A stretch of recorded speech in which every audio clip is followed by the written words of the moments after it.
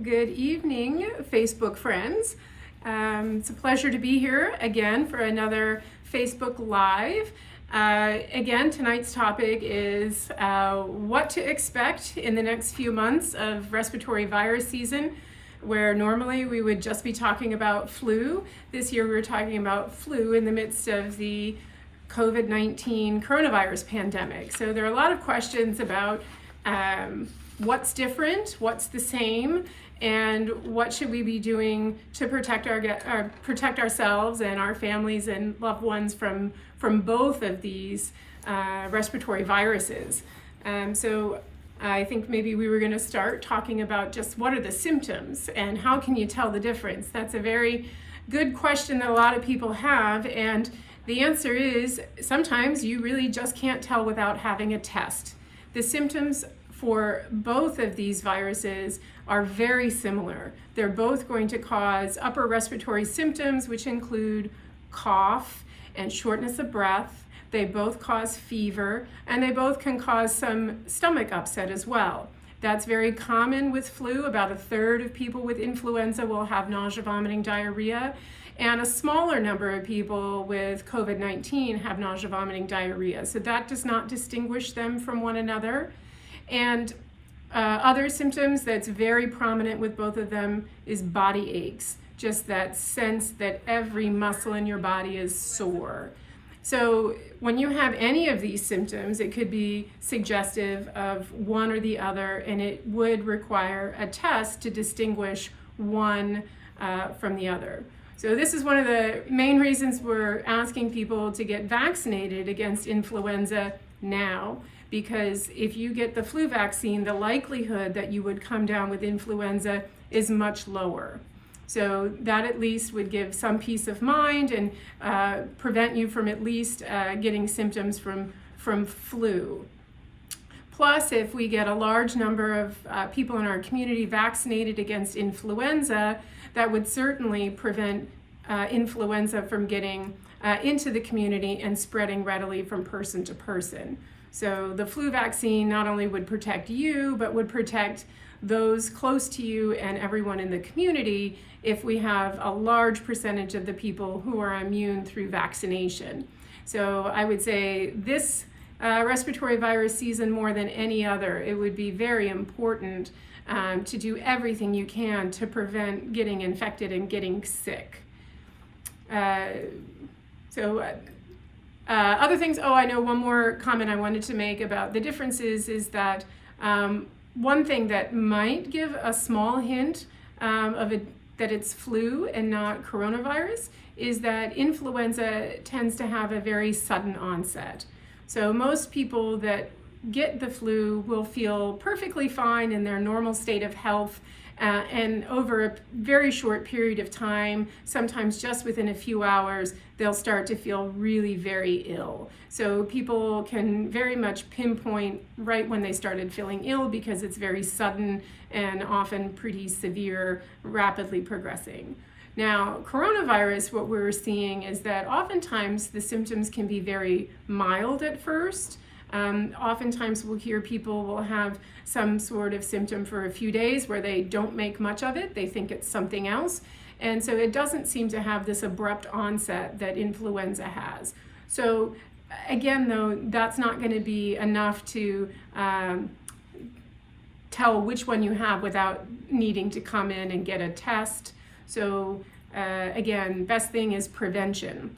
Everything we can do to prevent being exposed and getting infected will prevent you from having to go out to the urgent care or the emergency room or your doctor's office. So let's keep getting our flu shots in September and October in anticipation of flu season. Thank you.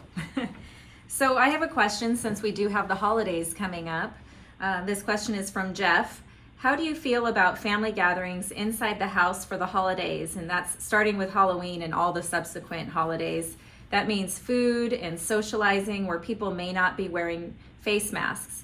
There will be seniors 70 and up, as well as young toddlers. Would you recommend not having family gatherings outside of our immediate families as a precaution for flu and COVID? Yeah, that's a very important question that's on a lot of people's minds right now, is that as we head into fall and winter, everybody looks forward to those holidays and large gatherings of family and friends. So this year they're going to look and feel a little different than they have in past years in order to do that safely and minimize the risk, particularly to those who are most vulnerable in our families. So right now, the recommendation is still not to have large gatherings over 25 people that include members outside your immediate household. And it's anticipated that that recommendation will be in place for some time to come. So I don't think that we can expect by the time Thanksgiving rolls around that coronavirus will be gone away to the point that we would be able to have those very large parties and gatherings that we may be used to. So there are a couple of general guidelines as far as having gatherings. One is to limit the number of people and limit the number of people that are mixing and mingling from multiple different households. Another thing is to consider doing as many of your gatherings outside as opposed to inside. What we do know is that if you have small, closed, confined spaces where there's not good air circulation, the likelihood that if there's an infected person present in one of those small, confined places with poor air circulation, there's a higher likelihood that the virus could spread in that type of setting. So outside is better than inside, and smaller groups are better than larger groups.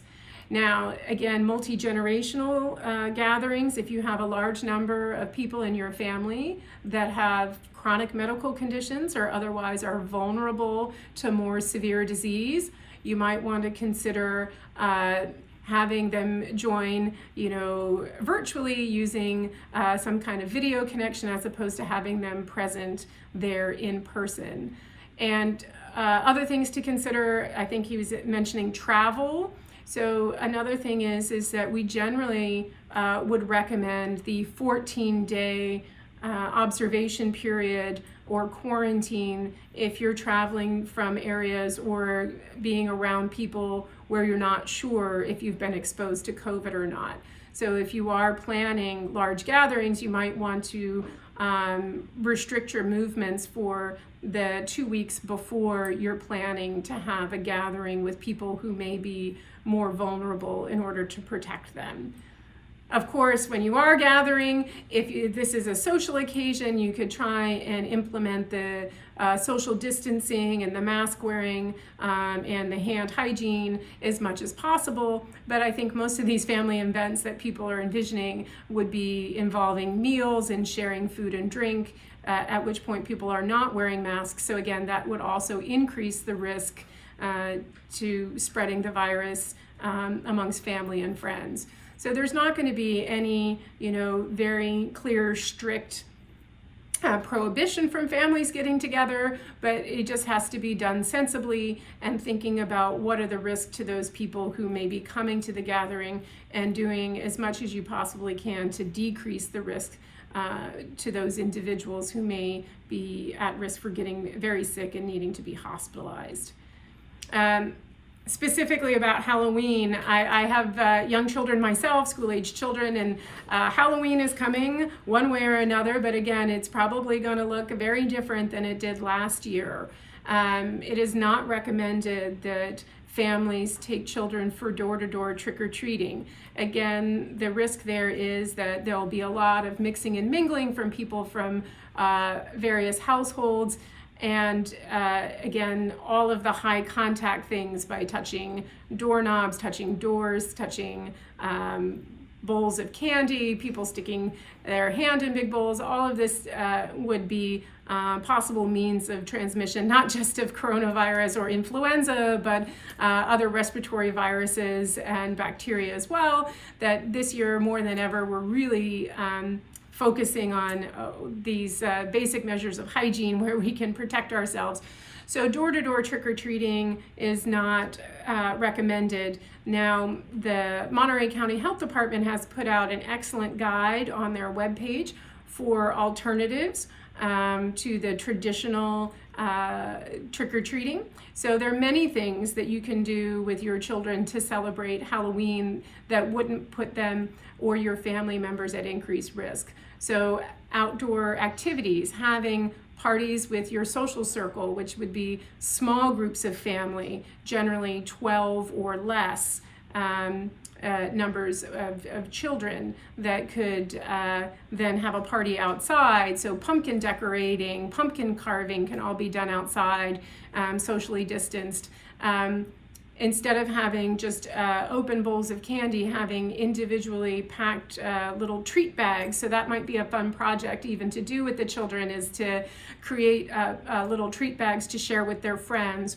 Or you could take those and you could hide them and do a scavenger hunt. So these are all things that could be done outside. The kids still get to participate, they still get to have treats, and they still get to wear their costumes, but it would be slightly different than the traditional evening time going door to door where people are shoulder to shoulder, and large groups of people mixing and mingling is just really not going to be recommended this year. Thank you. On the travel front, since we were talking about the holidays, there's a question here that says, we are planning on staying one night at a hotel in Paso Robles. In addition to learning what steps the hotel takes, what suggestions do you have? I'm aware there is some confusion about the virus and the various surfaces that could carry it. Right. I know we're talking about COVID here more than flu. Yeah, but you know what's interesting, I just want to point out to everyone that largely influenza and coronavirus are transmitted in very similar ways. They're both respiratory viruses. They are both primarily transmitted by prolonged close contact with someone who's infected. It's also true that people who have influenza are contagious for a day or two before they show signs or symptoms that they're infected. So it's the same with both, that there is a period of time where people look and feel completely well but are contagious. So that's kind of where the difficulty lies with both of these, is that, you know, it'd be easy if somebody felt sick and we just said, you know, if everybody just stayed home when sick, then we wouldn't have a problem. But it's before people have those symptoms that they're still contagious. And it is primarily being transmitted by these larger droplets that come out when people cough or sneeze when they start to have symptoms. But some of those droplets can come out when people are talking, laughing, singing, and they even when they're feeling well. So again, this is where it can be transmitted through those droplets in the air. They can be transmitted if you're in close contact and someone coughs or sneezes on you, or it could be that they've coughed or sneezed on an object that you come along afterwards and touch that object that has those droplets on it, and then you touch your eyes, your nose, your mouth, somewhere on your face, and you inadvertently infect yourself from touching an object that had those virus particles on it. So that gets us to the question about hotels, or really any public space where people may be touching, I mean, for the grocery store for that matter, right? There's so many different objects that that you touch and have contact with that, you know, someone outside your household has also potentially had contact with. And I know that early on people were going to great extremes, trying to disinfect packages that came in the mail, trying to disinfect everything that they brought home from the grocery store. The likelihood that someone is going to be infected by touching an object that has virus particles on it and then touching their face is very small compared to the close contact with the infected person. So we're largely seeing the transmission between people, not so much between a person and an object that may have been contaminated. And the number one best way that you can protect yourself from infecting yourself from something you've touched is by cleaning your hands. So anytime that you're going to be touching your face, you're going to be eating or drinking, be sure that you've cleaned your hands immediately before eating or drinking or touching your eyes, nose, or mouth. And that will protect you from getting infected inadvertently by touching something that you may have picked up on your hands. Right now, you can call ahead to any hotel or place where you may be staying. I know that, for example, vacation rentals and Airbnbs, as well as traditional hotels, all have very rigorous cleaning protocols in place so that the environment is very well cleaned before you enter.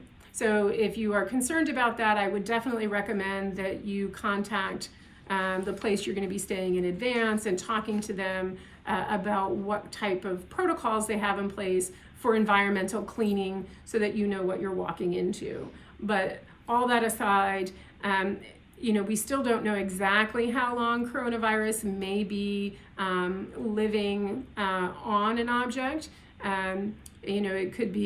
It could be hours, certainly. It could be longer than that. We don't know, but the main thing is keep your hands clean after touching anything before you touch your face.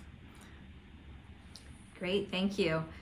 So let's talk a little bit more about the flu and the vaccine itself. I know there's a lot of questions about when is the best time to get the flu vaccine. I heard that you should wait until we get closer to the official flu season so it doesn't wear off. What are your thoughts about that? Right. So the best time to get vaccinated for the flu is now. You can, I know that a lot of people want to have the optimum timing. They don't want to get it too early in case it wears off.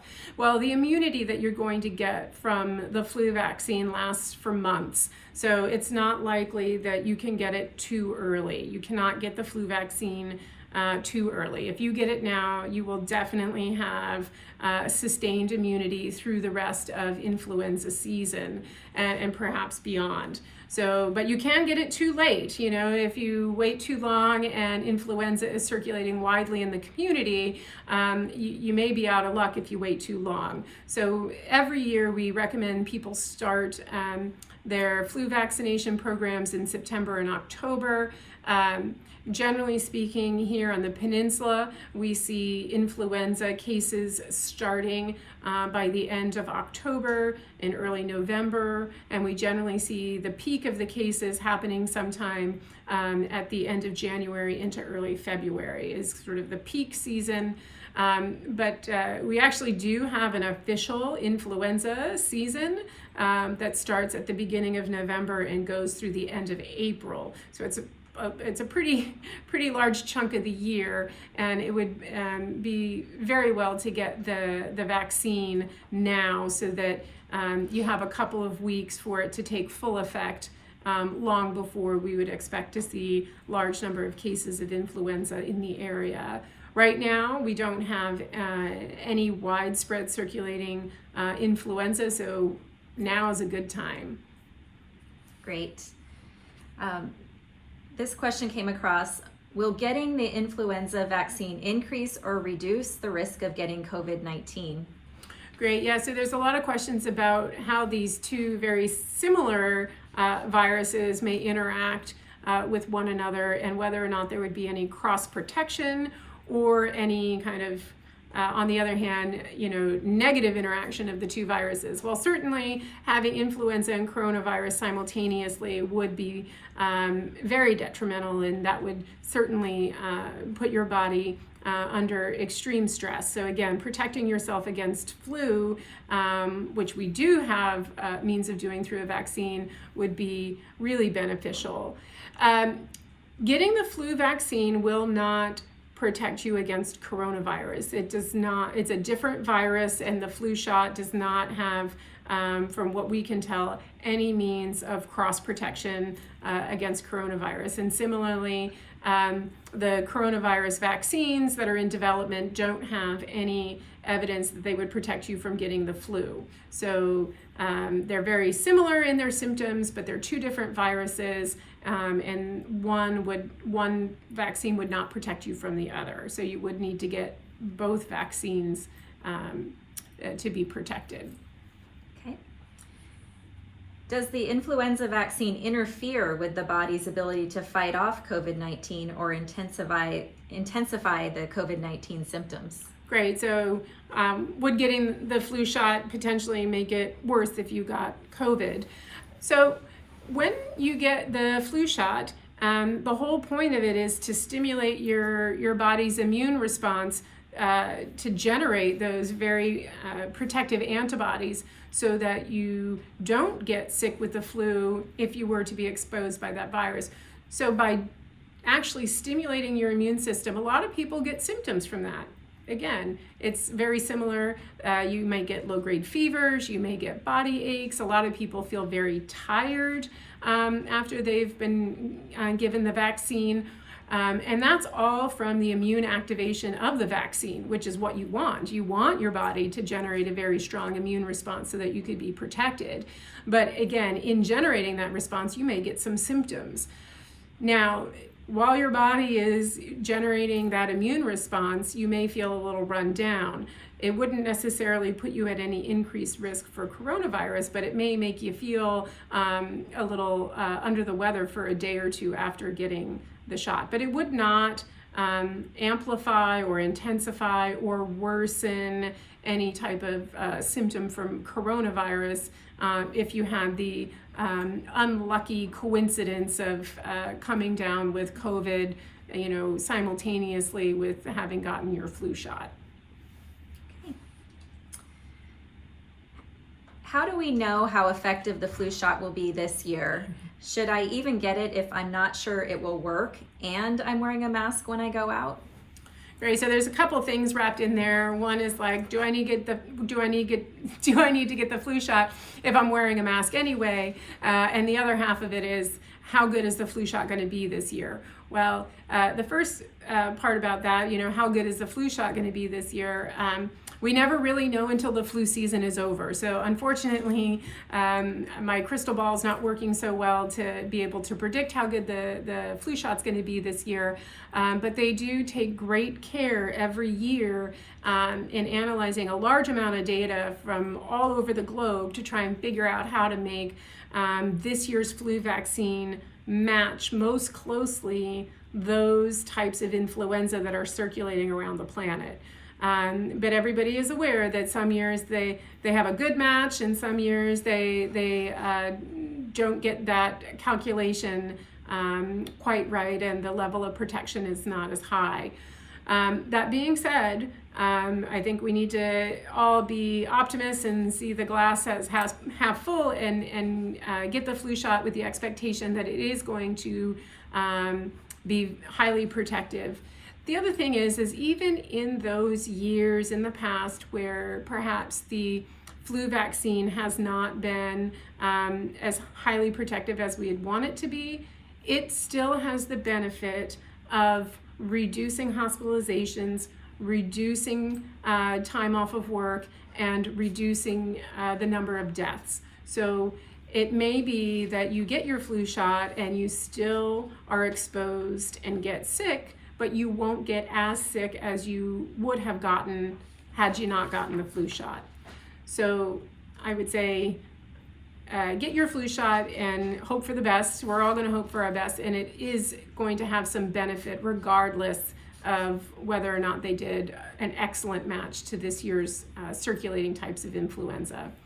Now, the second part of that I get asked a lot, which is, well, if we're doing all of these things to prevent ourselves from getting coronavirus, won't that also protect me from getting the flu? And the answer is yes. So the social distancing, the cleaning our hands, the limiting our mixing and mingling with a large number of people outside our household, and the wearing of masks or face coverings whenever we're with somebody outside our household and within 6 feet, all of those things will also protect you from getting influenza. But that's not 100% fail-safe, and getting the vaccine on top of that would be that extra added layer of protection and peace of mind to really protect you from getting flu. So we shouldn't stop doing the other things we're doing for coronavirus. We should do all of those things and get the flu vaccine on top of it, especially for your family, because again, most people are not wearing masks around their immediate family members when they're at home. So, you would want to do everything you could to protect those who are nearest and dearest to you in your immediate household for when you're not wearing a mask. Great. I know you briefly mentioned it earlier, but can you describe what herd immunity is and why it's important? Okay, yes. So that's kind of where we're all headed. Everybody wants to know, where is the light at the end of the tunnel? How are we going to get out of this pandemic? And the way that we're going to get out of this pandemic is by having herd immunity.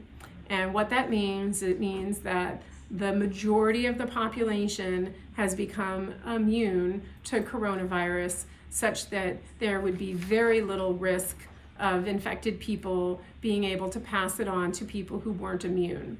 So what we need is, we need to get the vast majority, so the estimates are somewhere between 60 to 70% at minimum, 60 to 70% of the population that would be immune to coronavirus before we could effectively say, okay, the risk of it, rapidly spreading in our community is quite minimal. So to get the whole population of Monterey County or the United States, or even at this point we're talking about the globe, to get 60 to 70% of all people immune to coronavirus, that's going to take a vaccine. So that's going to take some time for us to get that rolled out to all the people that would need to get vaccinated. There's a lot of talk about, well, how do we know how many people are already immune to it? The way that we would know how many people already have immunity would be to do large-scale research-style trials, or public health style trials, to just randomly sample large numbers of people to see if they already have immunity to the virus. Now, that's been done in some areas of the country already. I know a lot of people may be familiar with the information that's come out of New York and New York City. Other large-scale sampling of immunity has been done. And at the highest estimate, in places that were terribly affected, that had thousands and thousands of people die, like in New York City, even after that massive of an outbreak, they only estimate that at best around 20% of people have immunity. So we definitely have a ways to go before we would be approaching herd immunity, such to the point that people would be able to resume activities such as we had before the pandemic.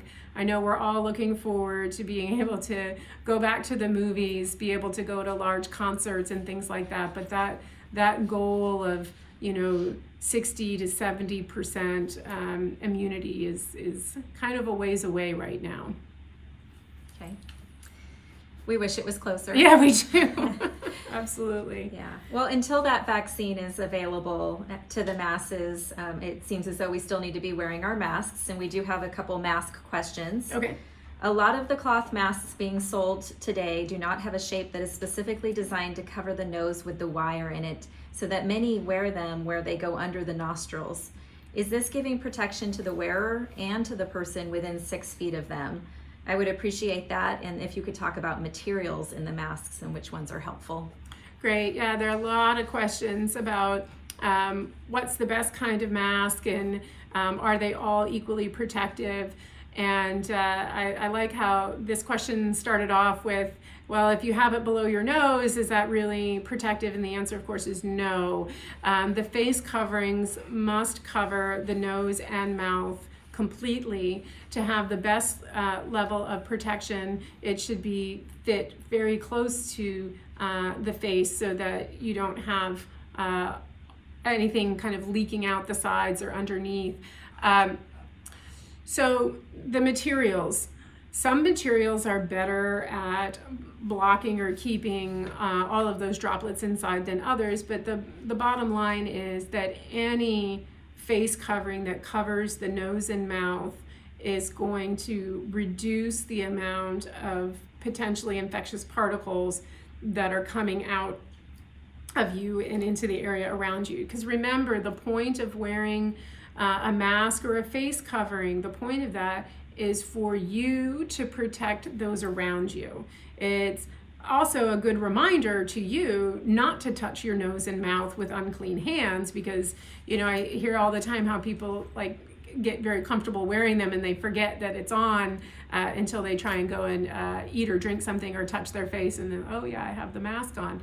So it is a reminder to always clean your hands before touching your face, but it is primarily meant to protect other people from what may be coming out of your nose and mouth if you happen to be one of those people who is asymptomatic yet contagious.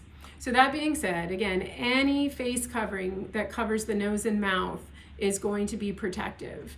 Now, the ones that we use in the hospital, the actual medical devices, the personal protective equipment, or PPE that we use in the hospital, is all tightly regulated and has specifications. And that equipment that we use in the hospital is also meant to protect us from the patients. So that's when we're treating people who have symptoms suggestive of COVID, we would need to have that hospital grade medical equipment, personal protective equipment, to protect us from being infected. Now, that's not been recommended by the CDC or any of our other authorities to protect the general public. What we recommend is, again, the social distancing, the cleaning your hands, the staying outdoors rather than indoors, because those are going to be the things that are going to protect you from being exposed. But essential medical healthcare workers, that's our job, to go in and care for all those people that are known or suspected of having COVID. So we need to have those N95 and medical grade protective equipment. So for people at home who are wondering, should I invest in one of those, or should I just be making my own mask?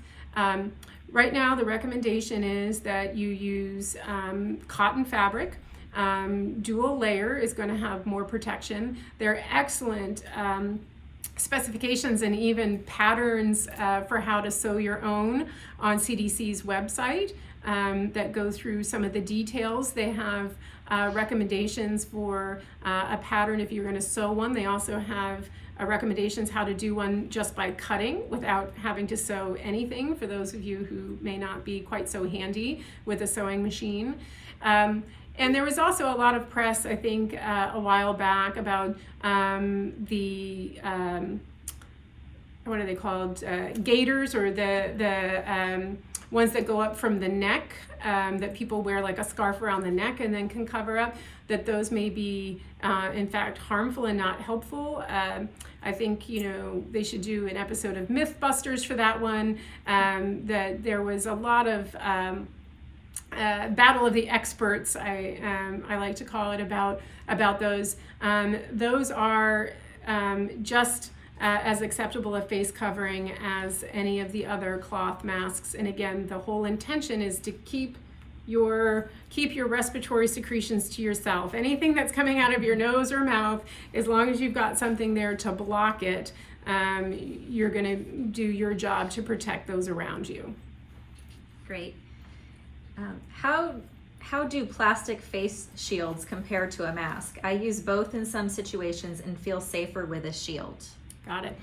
Right, so this question comes up a lot too, is it a reasonable alternative to use a clear plastic face shield as opposed to the cloth face covering?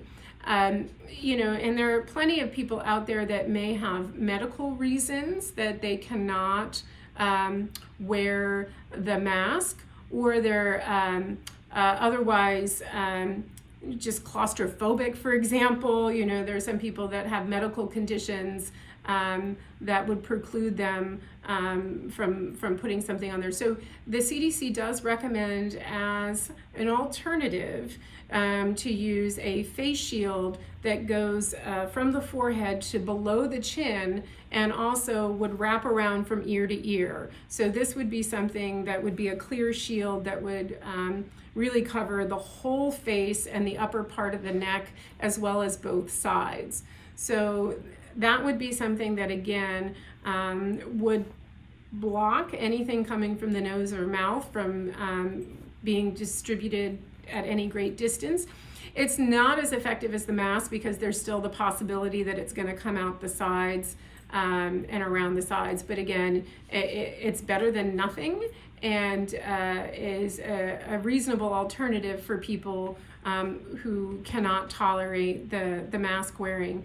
We have certain people with respiratory conditions, or people, like I said, that have claustrophobia or other types of medical issues where they want to do something and they use that clear mask as an alternative. Thank you. In the era of COVID, multi-drug resistant organisms seem to have taken a back seat. I am interested if we are still seeing that and whether it has an effect with COVID. Great, thank you for the question. Bacteria have been completely neglected in this whole viral pandemic, but that is still a large part of the job that I do on a day-to-day basis, is seeing people who have multi-drug resistant bacterial infections. And this might be something too that separates influenza from coronavirus, that it is true that one of the things that can cause significant illness with influenza are the bacterial infections that occur after the flu. And this is in fact where we see a lot of hospitalizations, and we see a lot of morbidity and mortality, meaning this is often how people will die from the flu, is because they will come down with a bacterial pneumonia after having had influenza. And oftentimes these bacterial pneumonias can be with multi-drug resistant organisms and can be difficult to treat. However, we are not seeing the same thing with coronavirus. When we see people with severe disease from coronavirus, it's not because they're getting bacterial infections on top of it.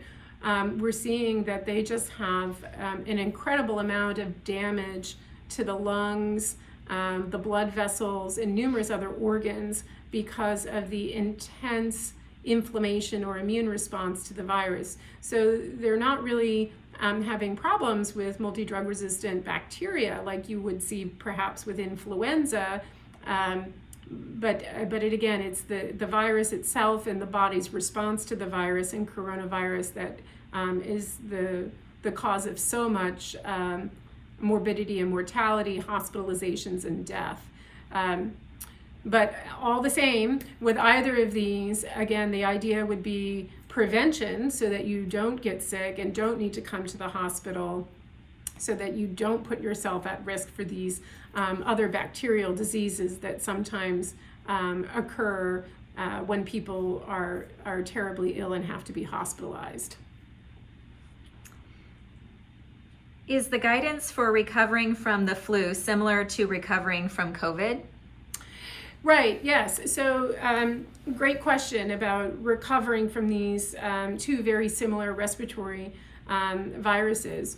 So for people who are sick with influenza, the vast majority of them will not need to be hospitalized. Most of them will be able to care for themselves at home. And the suggestion is that they isolate at home for 7 days from the onset of symptoms. Now for coronavirus, it's 10 days. And again, this is based on accumulating evidence for how long it would take for the body to start developing an immune response so that the person is no longer contagious.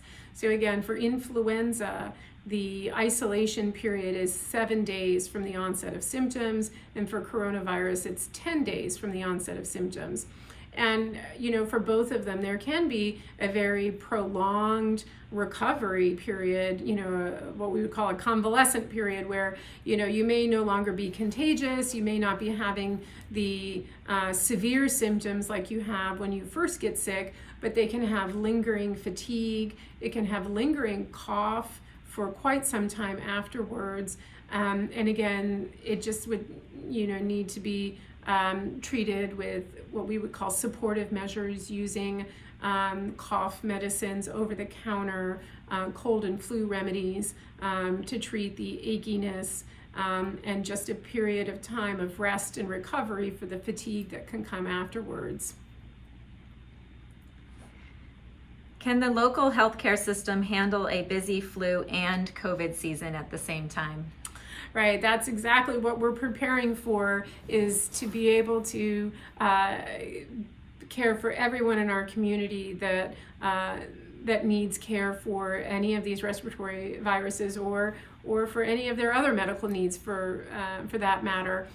So we've been working hard as a community, you know, all of the hospitals coordinating and really trying to get the message out there that prevention is really what's required, so that we can continue to offer all the services that we need to at the hospital for anyone who needs surgery or treatment for an illness or injury. Yeah, we're here for you. We have the facilities and the capability of caring for all of you. But at the same time, we really are relying on everyone in our community to do his and her part of prevention, so that we don't get a huge influx of people with respiratory illnesses that are so sick that they need to be hospitalized all at the same time.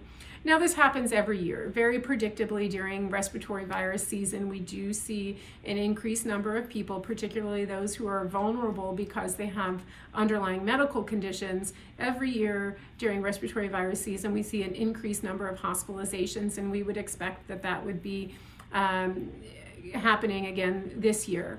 But with the added measures of the masking, the social distancing, the increased awareness of hand hygiene, we're really hoping that it won't be quite as bad as it's been in past years. So we just kind of have to keep doing what we're doing, not become complacent. I know that it's the longer we do this, the harder it is for people to stick with it, because everybody's just really getting tired, but we can't let up. We can't let up right now. We have to keep doing what we're doing, because again, you know, like I said, my crystal ball wasn't working very well a little while ago, but for this, it's very predictable that if we let up on all of these preventive measures, you can be guaranteed that we will see more sick people, and we will see more people needing to come into the hospital. So now more than ever, we just need to kind of encourage each other to keep doing all the things we've been doing. Can you tell us a little bit about the flu shots? There's different kinds, and is there a certain flu shot that's better for like older people versus younger people, different age groups? Right. So there are a number of different flu shots. They are made by a number of different companies, but the ones that people kind of ask about a lot are the one that's the nose spray. They also ask about the high dose versus the low dose, and does it matter how many different kinds of flu virus are in the flu shot. So those are some of the variations on them. So there is a high dose that is recommended for people who are over 65. Basically, it gives an extra boost of the dose, so that it may in turn get more antibodies produced. So that would be recommended for people who are over 65. However, even if you're over 65 and you get the normal dose flu vaccine, it's also effective and would be protective. So don't feel bad, and don't feel like you have to go get another one if you've already got the regular dose.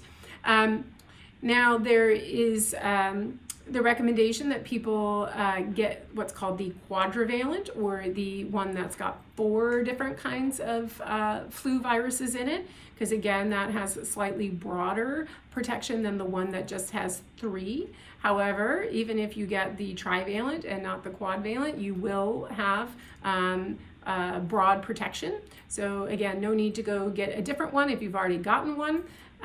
So the higher dose for older people, the one that's got 4 flu viruses in it, it would be preferred over the one that has 3. And the one that is a nose spray, it was, again, they made modifications to it, so it's back and available, and that would be a good option for people who are phobic of needles and won't get a vaccination any other way, but it's also effective and protective. Great, thank you. I should say everyone over 6 months of age is recommended to get a flu shot. So pretty much 6 months, lifelong, everyone should get an annual flu vaccine. And that includes those who are pregnant as well. Yes, especially pregnant women. Pregnant women are, especially if you're going to be in your 3rd trimester during flu season, they are more vulnerable to getting severe disease from influenza. So it's actually very important for pregnant women to get a flu vaccine. Great.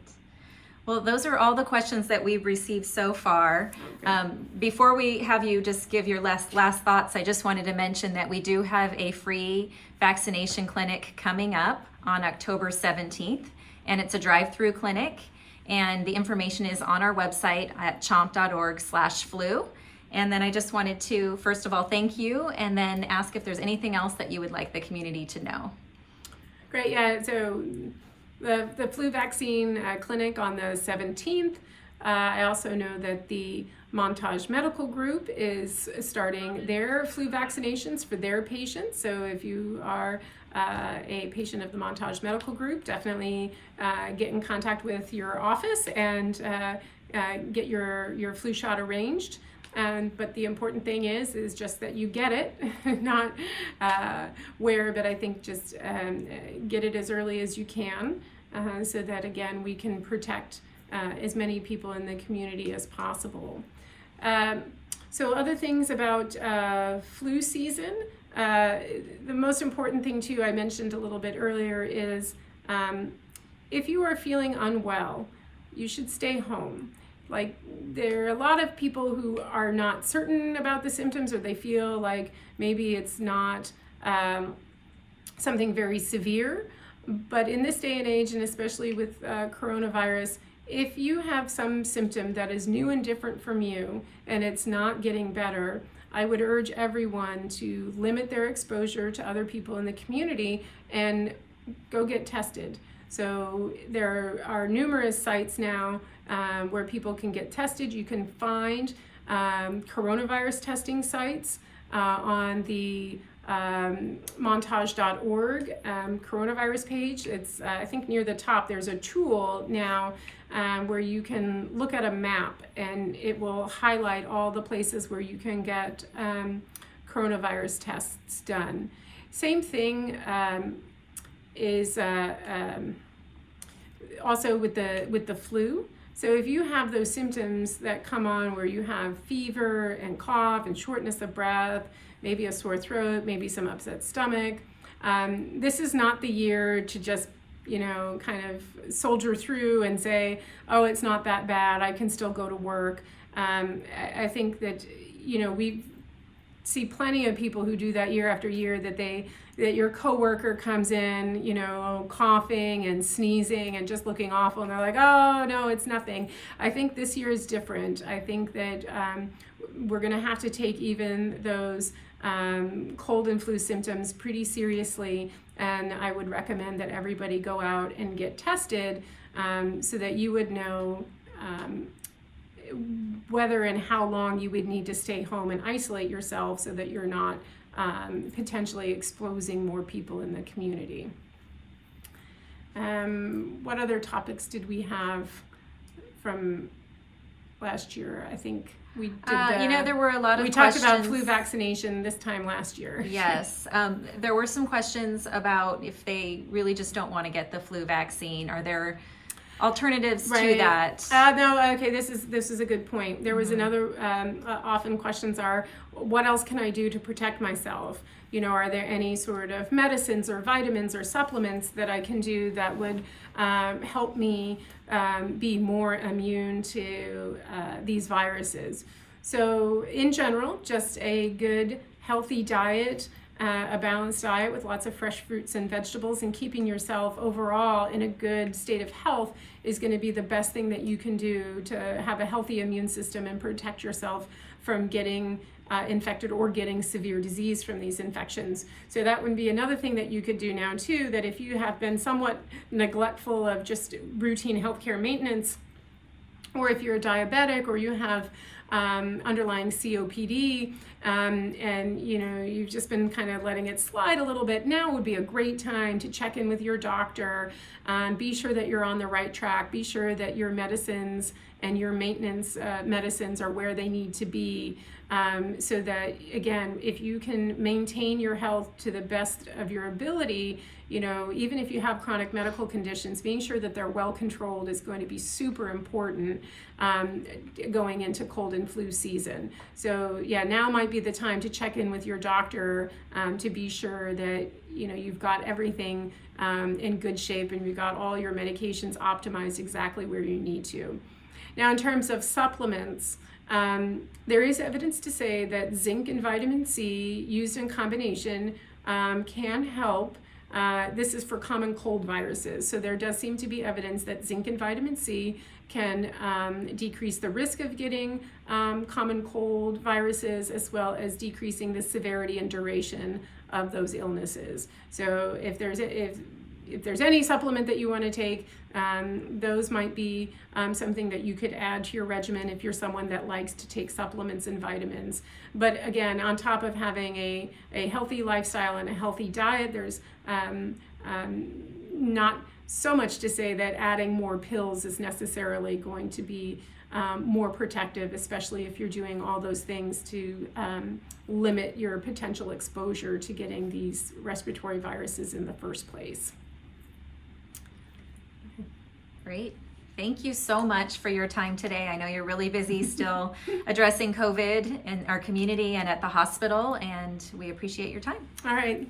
Thanks, everyone. Thank you.